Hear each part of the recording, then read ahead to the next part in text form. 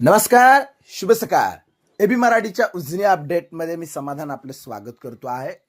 सोलापूर जिल्ह्याचं जलवर्धन असलेलं उजनी 50च्या उंबरठ्यावरती आहे.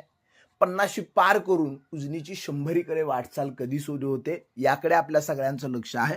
मात्र घाटमाथ्यावरचा पाऊस थांबला आहे. दौंडमधून येणारा विसर्ग जो आहे तो सातत्यानं कमी होत गेलेला आहे. एकूण आज सकाळची नेमकी स्थिती काय आहे, उजनी 100कडे वाटचाल कधी करणार आहे, तर आज सकाळी 6च्या अपडेटनुसार उजनीची टक्केवारी ही 47.61% म्हणजे जवळपास 48% धरण जे आहे ते उपयुक्त पाणी पातळीमध्ये आलेलं आहे. म्हणजे 2% धरणामध्ये पाणी आल्यानंतर उजनी आपली टक्केवारीची 50 पार करून 100कडे वाटचाल करणार आहे.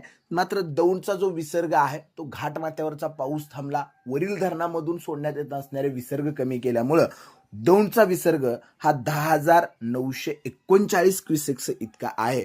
तर उजनीचा एकूण पाणीसाठा जो आहे तो आपण बघितलं तर तो 89.17 TMC इतका झाला असून उपयुक्त पाणीसाठा हा 25.51 TMC इतका झाला आहे.